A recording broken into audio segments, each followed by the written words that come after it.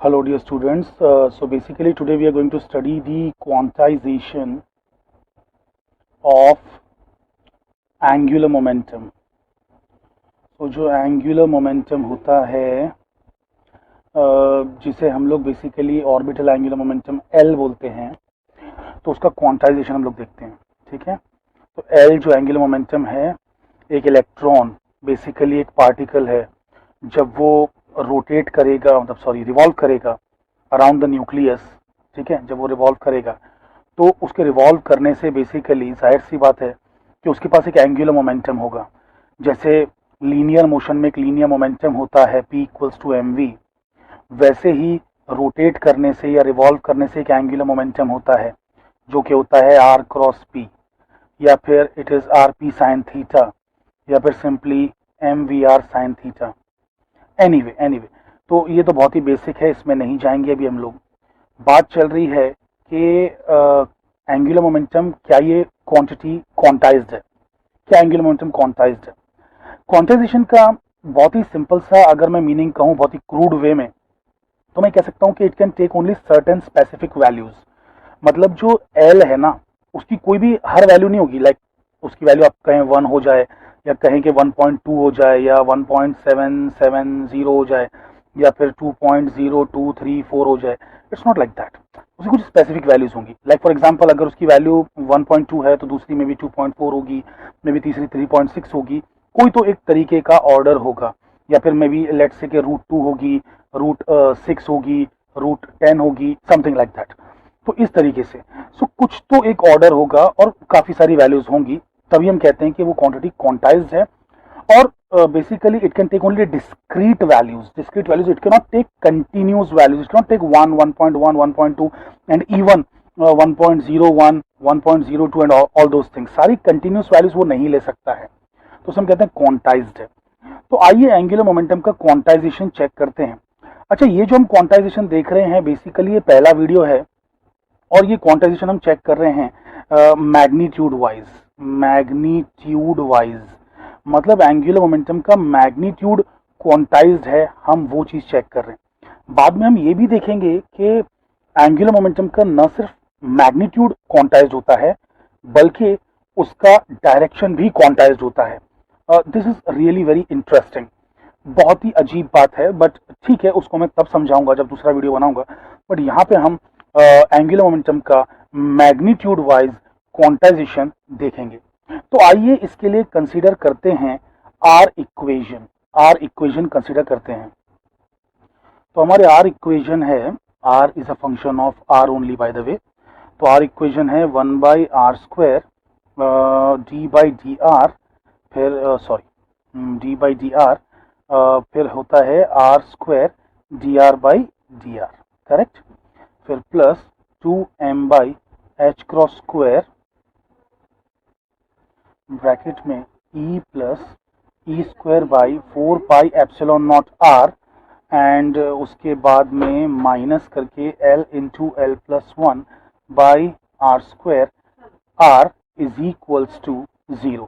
ठीक है, ये जो हमारी आर इक्वेशन है, बेसिकली आर की equation, it should be a function of r only. ऐसा होना तो चाहिए, इसे किसी सिर्फ आर का फंक्शन होना चाहिए, बट बहुत ही गौर से देखने पर पता चलता है कि इसके अंदर जो ये ई वाला पार्ट है ना, E is actually a function of r as well as phi. ये आर और फाई दोनों का फंक्शन है। अब आप बोलेंगे सर लेकिन बोर के मॉडल के हिसाब से जो एनर्जी का फॉर्मूला आता है वो तो कुछ इस तरीके का है, -me⁴/8ε0² n²h², इस तरीके का आता है। यहाँ पे तो हमें आर और फाई ऐसा कुछ तो नजर नहीं आ रहा है यार, दैट्स ओके। बट बेसिकली ये बोर ने जो ऑब्टेन किया था, ये ऑब्टेन करने के लिए उसने इस आर का इस्तेमाल किया था, ये आर एन, मतलब आर एन का इस्तेमाल किया था, radius of the nth Bohr orbit, जिससे उसको energy of the nth Bohr orbit मिली। बाद में एक और साइंटिस्ट आए थे जिनका नाम था सोमरफील्ड। उन्होंने कहा था कि हमारा जो एटम होता है उसके अंदर जो ऑर्बिट्स बनते हैं वो सिर्फ सर्क्यूलर नहीं होते हैं, बल्कि उनके अंदर जो है मतलब एलिप्टिकल ऑर्बिट्स भी आपको मिल सकते हैं। Circle is a special case of an ellipse. Circle एक स्पेशल केस होता है एलिप्स का, एलिप्स इज मोर जनरल। और बहुत सारे ऑर्बिट्स दुनिया में एलिप्टिकल ही होते हैं, जैसे हमारे सोलर सिस्टम्स में भी देख लीजिए, सोलर सिस्टम जो होता है उसके अंदर भी जो है बेसिकली एलिप्टिकल ऑर्बिट्स आपको मिलेंगे। तो उन्होंने जो फॉर्मूले बताए उसमें हमें आर और फाई दोनों का डिपेंडेंस देखने को मिलता है। तो बोर सॉमरफील्ड मॉडल कहते हैं उसे। चलिए खैर उस बात को छोड़िए, बट ये बात तो जाहिर है कि हमारा एनर्जी जो है basically it's not only a function of r, it is a function of phi as well, means it's a function of two things, r और फाई।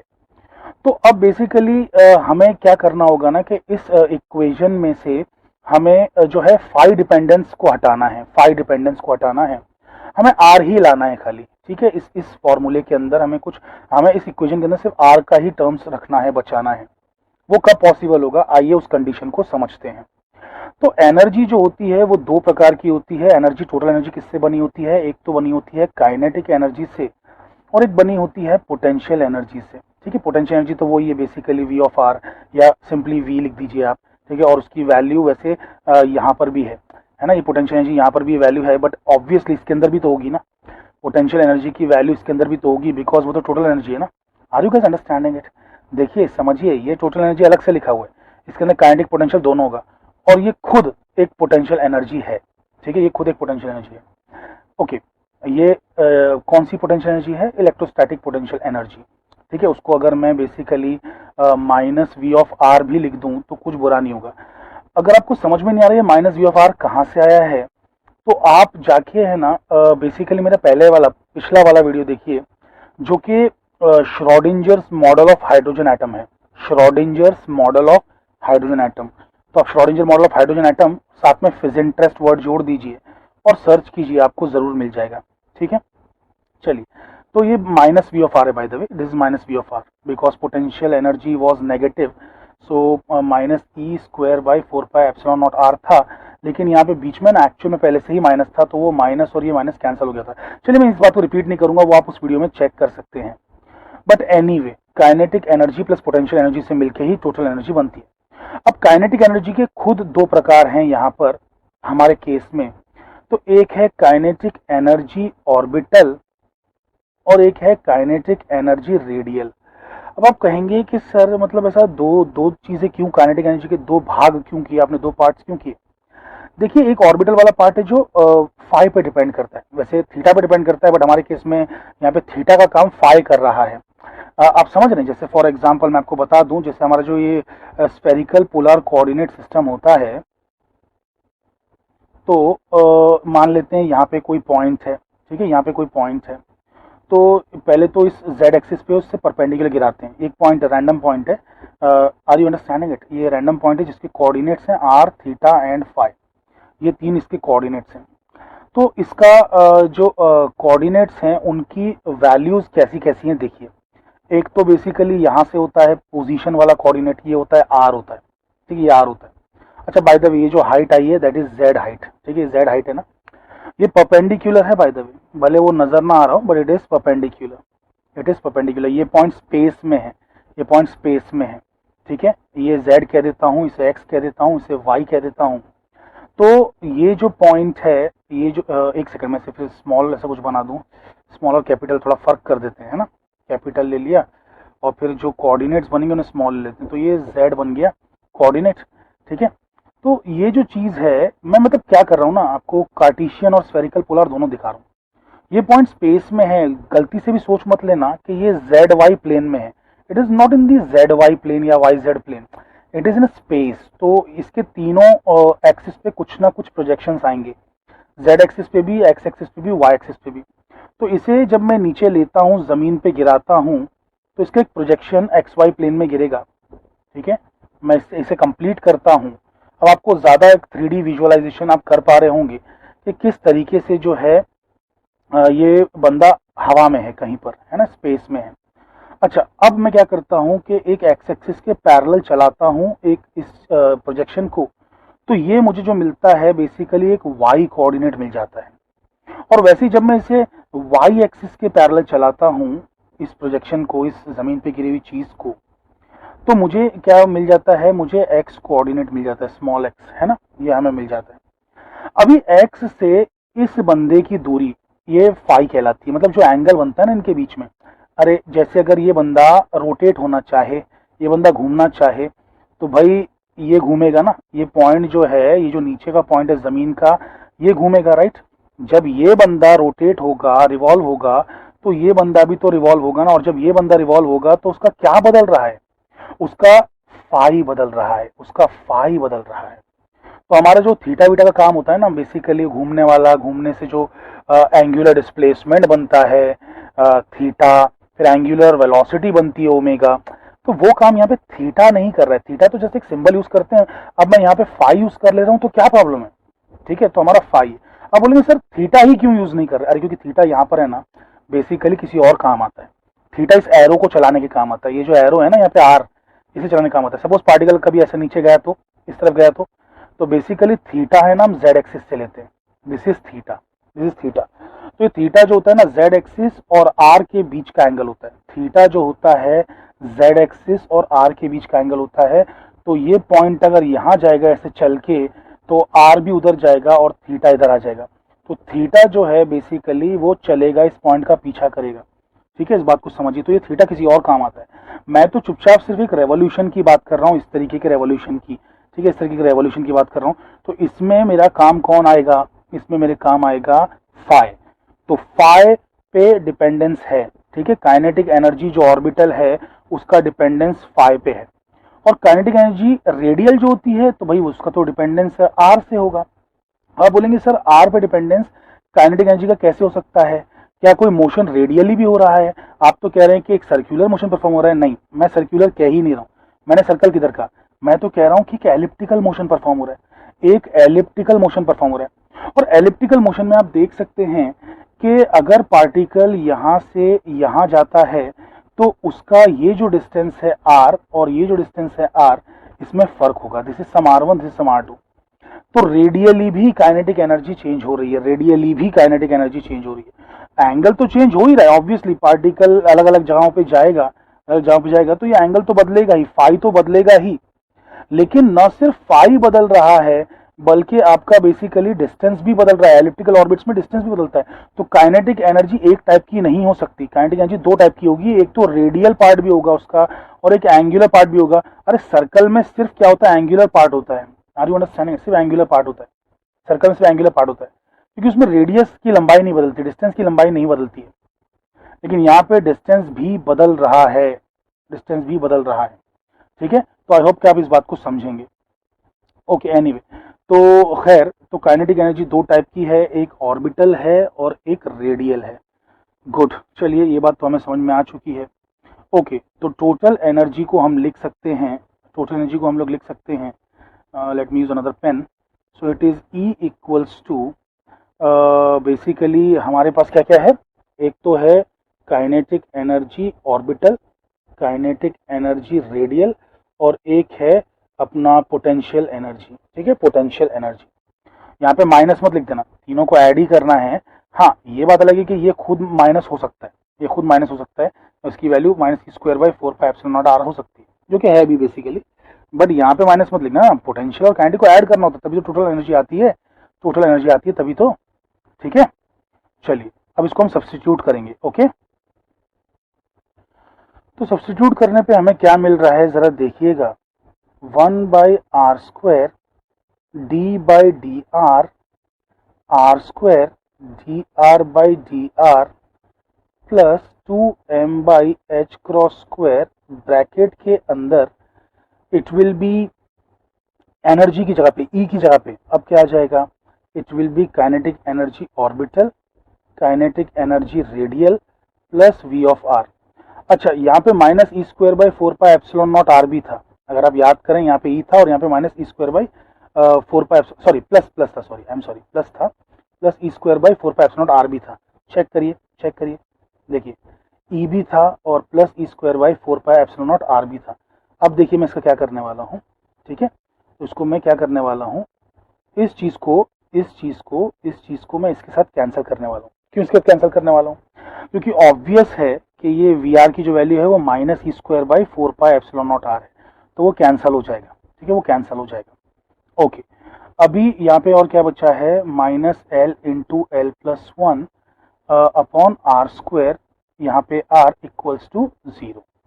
इस तरीके से है, ठीक है। तो ये हमारा टोटल एक इक्वेशन आया है, right? Am I correct? Good. अब अगर आप गौर से देखें तो आप समझ सकते हैं कि एनर्जी जो कि आर और फाइव पे डिपेंड करती थी, एनर्जी जो कि आर और फाइव दोनों पे डिपेंड करती थी, उसे हमने ओपन कर दिया, उसके फाइव वाला पार्ट, आर वाला पार्ट और कुछ चीज़ें कैंसिल वैंसिल हो गई। तो मतलब बेसिकली हमें अभी ज़्यादातर चीज़ें आर से रिलेटेड दिख रही हैं, सिवाय इस बंदे के और इस बंदे के। अब आप बोलेंगे सर इस बंदे का क्या लेना देना है? अरे भाई आप भूल गए क्या?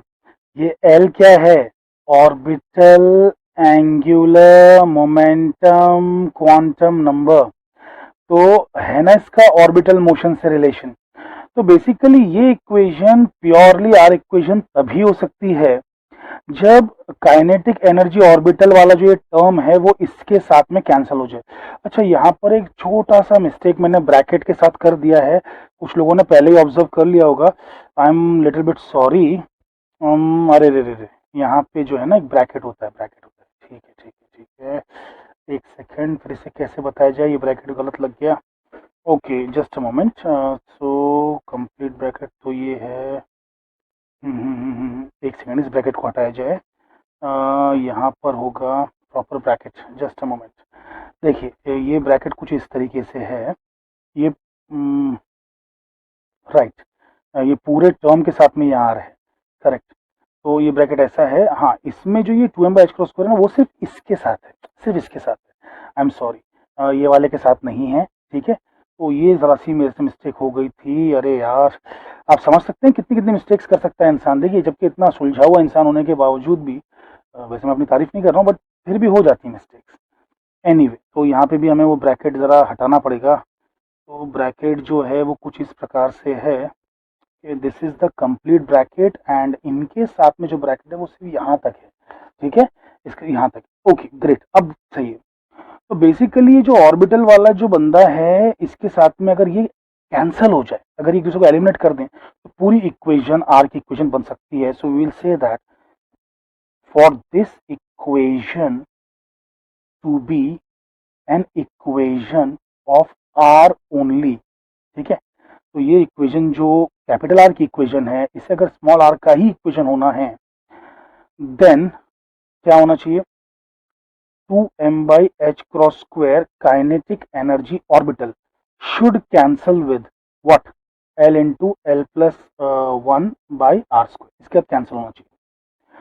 तो फिर ये दोनों चीज़ अगर कैंसिल हो जाती हैं, ये दोनों चीज़ें अगर कैंसिल हो जाती हैं तो फिर बेसिकली ऐसा हो सकता है। तो ये इक्वेशन आर की हो सकती है। चलिए, तो अब काइनेटिक एनर्जी ऑर्बिटल होती कितनी है? But kinetic energy orbital is simply half I omega square, है कि नहीं? ये तो आपको याद होगा, 11th-12th में पढ़ा हुआ है आप लोगों ने। Half I omega square rotational kinetic energy, भैया यही तो होती है ना। तो ये याद रखिए, हाफ आई ओमेगा स्क्वायर। सो यहाँ पर मैं इसको लिख सकता हूँ half I square omega square by I. ऐसा मैंने क्यों किया मैं बताता हूँ। Since L equals to I omega, therefore we can write kinetic energy orbital as half L square by I, ठीक है। तो ये जो I ओमेगा है ना उसकी जगह मैं L लिख सकता हूँ। तो चलिए अब इस वैल्यू को बेसिकली यहाँ सब्स्टिट्यूट करते हैं, ठीक है। तो हम क्या करेंगे basically, 2m/h² kinetic energy orbital की जगह पे आ जाएगा 1/2 L² बाई आई। अच्छा, आई जो मोमेंट ऑफ इनर्शिया है for a point mass, it is how much? It is mr²। ये बात सभी जानते हैं, mr²। तो यहाँ से ये 2 और m जो है इसके साथ में कैंसल हो जाएगा। राइट साइड पे है L into L plus 1/r²। तो ये r² और वो r² भी एलिमिनेट हो जाएगा। तो हमें जो फाइनली मिलेगा वो मिलेगा L² equals to L into L plus 1 h×², यानी कि L is equals to under root of L into L plus 1 h×। तो ये जो चीज़ है बेसिकली, ये जो चीज़ है इसे हम कहते हैं एंगुलर मोमेंटम। और ये एंगुलर मोमेंटम की जो वैल्यू अब आ रही है, this is a quantized value. अब आप बोलेंगे सर ये क्वांटाइज्ड कैसे है? क्योंकि देखिए एल की जो वैल्यूज है ना कुछ स्पेसिफिक वैल्यूज ही रह सकती हैं। एल हर कोई वैल्यू तो नहीं ले सकता ना। एल जो है हर कोई वैल्यू तो नहीं ले सकता। देखिए एल की वैल्यू क्या हो सकती है, इसकी वैल्यू हो सकती है 0, 1, 2, 3 so on up to n-1। जो भी प्रिंसिपल क्वांटम नंबर होता है उससे एक लेस, एक कम, वहां तक जाना होता है एल की वैल्यू को लेके। तो जब इसकी वैल्यूज फिक्स्ड हैं तो जाहिर सी बात है इसकी भी वैल्यू फिक्स आएंगी। तो आप डाल के देख लीजिए 0, 1, 2, तो आपको एल की वैल्यूज क्या क्या मिल रही हैं। एक तो आपको मिल रहा है √0h×, दूसरा आपको मिल रहा है √2h×, फिर आपको मिल रहा है √6h×, फिर आपको मिल रहा है व्हाट √12h×, फिर √20h×। तो समझ सकते हैं कि ये वैल्यूज जो हैं बेसिकली क्वांटाइज्ड हैं, फिक्स्ड वैल्यूज हैं, इसके बीच की वैल्यू कोई है ही नहीं। √3h× अलाउड नहीं है, √1h× अलाउड नहीं है, या जो भी अलग अलग वैल्यूज हैं वो अलाउड नहीं है। तो ये जो वैल्यूज आपको मिल रही हैं बेसिकली इससे साबित हो जाता है कि एंगुलर मोमेंटम जो क्वांटाइज्ड है। तो ये मैग्नीट्यूड वाइज हमने क्वांटाइजेशन ऑफ एंगुलर मोमेंटम देखा। ओके, ये बात तो आप सभी जानते हैं कि बेसिकली ये जीरो जो होता है L=0, ये एक्चुअल में है ना s ऑर्बिटल होता है, ये जो होता है p ऑर्बिटल होता है। मतलब हम असाइन करते हैं ना वैल्यूज ऑर्बिटल्स को, तो s p, फिर ये d के लिए होता है, ये f होता है। तो बेसिकली अच्छा and so on, bye the way f के आगे अगर आप जाना चाहते हैं ना तो फिर आप मतलब अब तक तो हमने इतना इस्तेमाल किया है, बट आगे जाना चाहते हैं तो फिर g h ऐसे करके आपको कंटिन्यू करना होगा। ठीक है, तो ये जो ऑर्बिटल्स होते हैं तो इससे समझ में आ रहा है कि s ऑर्बिटल के मतलब इलेक्ट्रॉन जो होते हैं ना उनका एंगुलर मोमेंटम 0h× होता है, p ऑर्बिटल वालों का √2h× होता है, d ऑर्बिटल वालों का जो है √6h× होता है, इसका √12h× होता है एंड सो ऑन। ठीक है, तो ये चीज हमें समझ में आ गई। अच्छा बाय द वे ये हमारा जो है एंगुलर मोमेंटम क्वांटाइज्ड है, ये हमने साबित कर दिया, ये मैग्नीट्यूड वाइज किया है। अच्छा बाय द वे इसको मैं ना कह देता हूँ मेथड 1, ये तो एक मेथड है, दिस इज लाइक मेथड 1। ठीक है, दिस इज मेथड 1। अब एक दूसरा मेथड भी है जिसे हम ऑपरेटर मेथड कहते हैं, ऑपरेटर मेथड, वो मेथड 2 है, उसे हम अगले वीडियो में डिस्क्राइब करेंगे इसके पार्ट 2 में।